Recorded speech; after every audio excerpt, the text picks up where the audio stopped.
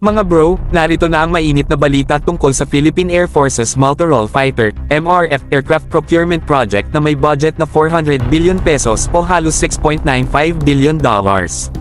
Sa laban na to, ang South Korea's homegrown fighter jet, KF-21, ay nakikipagkompetensya laban sa heavyweight ng US defense firm Lockheed Martin Corp's F-16. Aba malupit ang bakbakan para sa isa sa pinakamalaking defense deals ng bansa. Ayon sa mga industry sources, ang dalawang powerhouse jets na to, ang KF-21 na dinevelop ng Korea Aerospace Industries, KAI, at ang F-16 mula sa Lockheed Martin, ay shortlisted na sa Philippine Air Force's MRF project.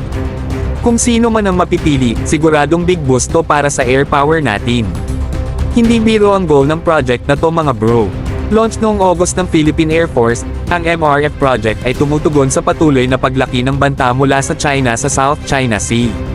Malinaw na kailangan na natin ng mas matitinding panglaban sa ere para protektahan ang ating teritoryo. Ang plano ng gobyerno ay bumili ng 40 multi-role fighter jets, at ito ay talagang malaking investment para sa future defense natin. Kabilang sa 400 billion pesos na allocated, 61.2 billion pesos o $1.1 billion ang gagamitin para makabili ng unang 10 combat planes. Dito pa lang, makikita natin kung gaano kaseryoso ang ating gobyerno sa pagpapalakas ng ating military capabilities.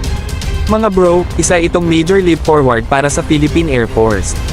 Malayo na tayo mula sa dating fleet at kung ano man ang piliin natin sa pagitan ng KF-21 at F-16, siguradong future-proof ang air defense natin. Kung KF-21 man yan o F-16, ready tayo to face modern threats with cutting-edge technology. So ano sa tingin nyo mga bro? Anong jet ang mas babagay sa PAF natin?